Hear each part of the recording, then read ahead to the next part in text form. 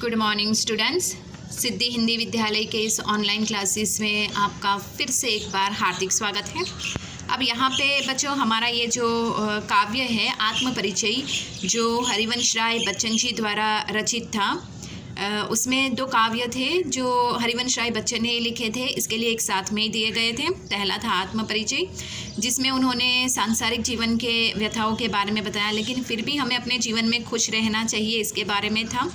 उसके बाद कल हमने देखा दिन जल्दी जल्दी ढलता है, तो उसमें भी उन्होंने बताया कि चाहे कितना भी दूर क्यों ना हो थका हारा इंसान, लेकिन उसका एक लक्ष्य तय होता है। हम हर इंसान के जीवन का एक लक्ष्य तय होता है और उसको अपने लक्ष्य तक पहुंचने के लिए उसको कभी हार नहीं माननी चाहिए और आगे बढ़ते रहना चाहिए। उसके ऊपर हमने काव्य देखे। अब यहाँ पे ये स्वाध्याय जो है, स्वाध्याय में करीबन 6 प्रश्न हैं, ठीक है। तो यहाँ पे जब स्कूल स्टार्ट होगी बच्चों, स्कूल शुरुआत होगी, उस समय हम ये प्रश्न की लिखेंगे, उसके ऊपर विस्तार से चर्चा करेंगे। यहाँ पे सिर्फ एक दृष्टि यहाँ पे कर लेते हैं कि ये जो प्रश्न दिए गए हैं, ये प्रश्न का उत्तर क्या होता है, थोड़ा सा समझ लेते हैं। यहाँ पे पहला जो प्रश्न है, कविता एक और जग जीवन का भार लिए घूमने की बात करते हैं और दूसरी ओर में कभी न जग का ध्यान किया करता हूँ। विपरीत से लगते इन कथनों का क्या आश्रय है।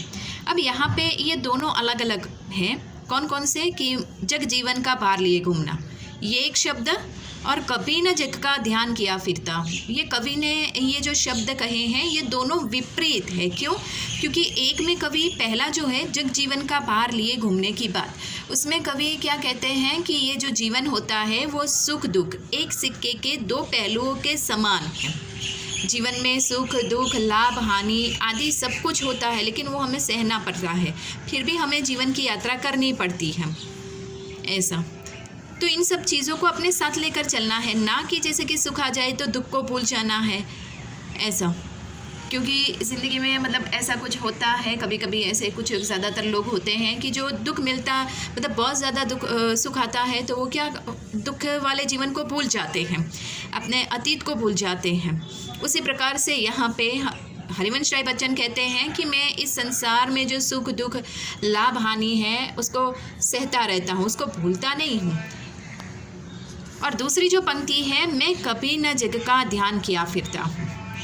सांसारिक लोग इस मोह माया में आकर फंस जाते हैं, सुख दुख के चक्र में आकर फंस जाते हैं, लाभ हानि के चक्र में आकर फंस जाते हैं, लेकिन मैं इस सांसारिक वस्तुओं से दूर हूँ। मैं इन कष्टों से, इन भार से मुक्त हूँ।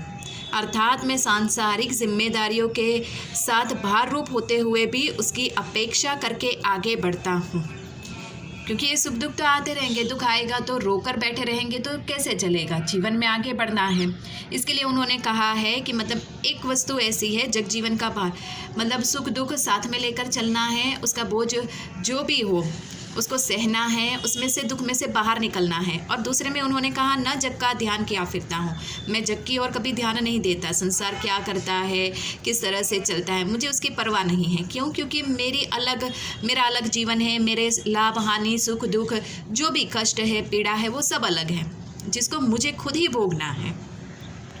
दूसरा प्रश्न, जहाँ पर दाना रहता है वहीं नादान भी होते हैं, कवि ने ऐसा क्यों कहा होगा। सबसे पहले यहाँ पे दाना नाम का शब्द है, उसको समझ लेते हैं। दाना यानी वो खाने वाले जो बीज होते हैं, जो पशु पक्षी पंछी खाते हैं, वो नहीं, ठीक है। दाना का मतलब होता है, सबसे पहले तो ये फारसी शब्द है, इसका मतलब होता है चतुर ज्ञानी। और नादान, यहाँ पे नादान शब्द दिया गया है, नादान का मतलब होता है अज्ञानी या फिर कोई अनाड़ी। मैंने आपको ये जब काव्य समझाया था आत्म परिचय, उसमें ये ये पंक्ति आई थी, उसमें मैंने आपको ध्यान दीजिएगा, थोड़ा सा दिमाग के ऊपर जोर डालिएगा। उसमें मैंने आपको बताया था कि संसार में कुछ एक ऐसे अज्ञानी लोग भी होते हैं जो अपने आप में बहुत अभिमान या घमंड रखते हैं, अहंकार रखते हैं। उनको ऐसा लगता है कि मेरे पास जो ज्ञान है मुझे किसी और के ज्ञान की ज़रूरत नहीं है, मेरे पास बहुत सारा ज्ञान है, मैं पहले से ही होशियार हूँ, मैं क्यों किसी। तो ऐसे सोचने वाले लोग आगे जाकर कभी ना कभी मतलब मुंह की खानी पड़ती है, उनको पछताना पड़ता है। क्यों? क्योंकि ज्ञान तो कहीं से भी प्राप्त होता है, किसी से भी प्राप्त होता है, चाहे वो उम्र में छोटा हो बड़ा हो, किसी वस्तु से, किसी जानवर से, पशु पंखी, सबसे ज्ञान प्राप्त होता है। प्रकृति से ज्ञान प्राप्त होता है, निर्जीव वस्तुओं से ज्ञान प्राप्त होता है। तो ऐसा नहीं समझना चाहिए। और जो इंसान अभिमान या अहंकारवश हो जाते हैं और ऐसा समझने लगते हैं, नादान, ऐसे अज्ञानी लोगों के बारे में बताया गया। और दाना, दाना यानी चतुर लोग। चतुर लोग कभी ऐसा नहीं करते, जहाँ से ज्ञान मिले उसको बटोर लेते हैं, बांट लेते हैं। और ये जो ज्ञान होता है, हम कहते हैं कि भाई ज्ञानी इंसान जो होते हैं वो ज्ञान बांटते हैं। लेकिन कुछ एक ऐसे होते कि हाँ, मुझे प्रश्न का उत्तर आता है, मैं क्यों किसी को सिखाऊं, या फिर किसी को नहीं समझ में आता है। तो ऐसे मतलब ज्ञान होता है तो उसको बांटना चाहिए। बांटने से हमारे ज्ञान में और बढ़ोतरी होती है। ठीक है। और यहाँ पे कुछ एक अज्ञानी लोग होते हैं, नादान होते हैं। वो क्या सोचते हैं, मेरे पास तो बहुत सारा ज्ञान है, मुझे किसी और के सलाह की, मशवरे की ज़रूरत नहीं है। तीसरा प्रश्न, मैं और जग और कहाँ का नाता। पंक्ति में और शब्द की विशेषता बताई है। यहाँ पे ध्यान से देखिएगा बच्चों, ये काव्य में हमने देखा था पंक्ति में, यहाँ पे 3 बार और है, पहला, दूसरा और ये तीसरा। तो ये और सबसे पहले देखते हैं मैं और। तो उसमें पहले में जो दिया गया है वो कवि ने स्वयं को सामान्य आदमी से अलग बताया है। कवि ने अपने आप को एक आम इंसान से अलग बताते हुए पहले और शब्द का प्रयोग किया है। उसके बाद और जग दूसरी बार और आया, उसका मतलब होता है संसार की विशेषताओं को बताया गया है। दूसरे शब्द का मतलब, दूसरे शब्द में ये जो और दूसरी बार आया है उसका मतलब होता है संसार की विशेषताओं को बताना। और तीसरा, और कहाँ का नाता। यहाँ पे उन्होंने अपने और संसार के बीच का संबंध, अर्थात जो रिश्ता है हमारे बीच में, कहाँ का रिश्ता, हमारे बीच कहाँ का नाता है, उसके बारे में उन्होंने बताया। ठीक है।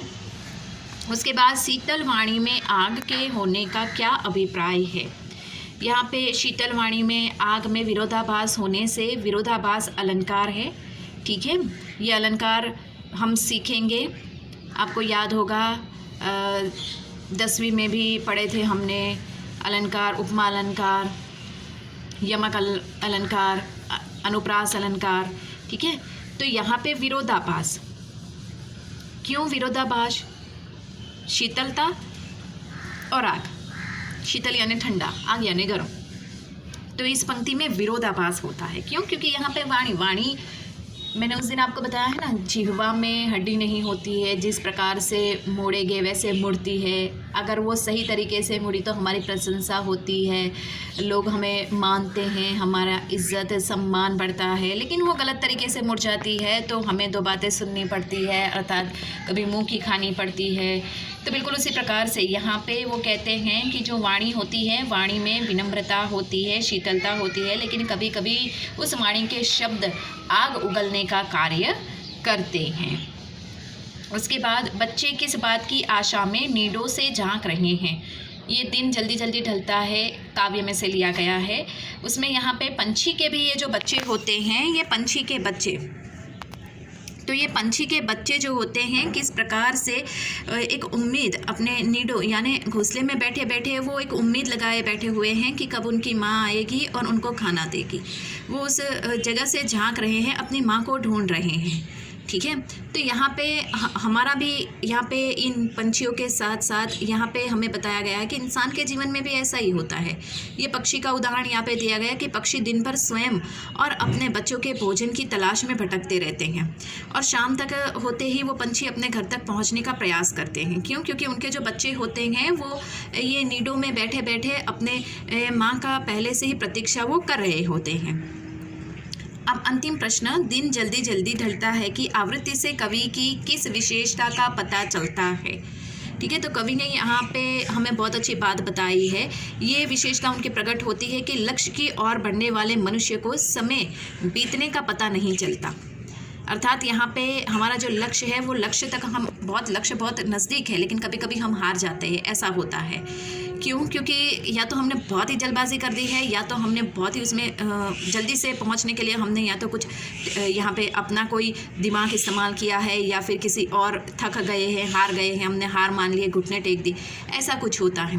तो हर इंसान के जीवन का एक लक्ष्य होता है और अपने लक्ष्य तक पहुंचने के लिए यहाँ पे हमारे भीतर हम थक जाते हैं, लेकिन फिर भी हमें कोशिश करनी है। यहाँ पे इस बात के बारे में उन्होंने बताया है कि इंसान के जीवन का एक लक्ष्य होता है, इंसान कभी लक्ष्यहीन नहीं होता है। और जो इंसान लक्ष्यहीन हो जाता है उसके कदम कैसे स्थिर हो जाते हैं, जड़ हो जाते हैं, स्थिर हो जाते हैं, रुक जाते हैं, उसके बारे में बताया है। तो दिन जल्दी जल्दी ढलता है, उसमें उन्होंने यहाँ पे हरिवंश राय बच्चन ने अपनी कविता में ये विशेष रूप से बताया है कि आदमी के जीवन का एक लक्ष्य होता है, अपने लक्ष्य तक पहुँचने के लिए उसको सतत प्रयास करना पड़ता है और लक्ष्य तक पहुँचने के लिए कब समय बीत जाता है वो भी पता नहीं चलता है। और लक्ष्य हर इंसान का होता है, किसी भी इंसान लक्ष्यहीन मनुष्य के कदम आगे जाकर स्थिर हो जाते हैं, उसको अपने जीवन में करना क्या है वो भी पता नहीं होता है। तो बच्चों यहाँ पे ये जो काव्य है, इस काव्य के जो 6 प्रश्न हैं वो हमने देखे हैं। अब आगे वाले वीडियो में यह हो सकता है हम पाठ की शुरुआत करें। ठीक है, थैंक यू।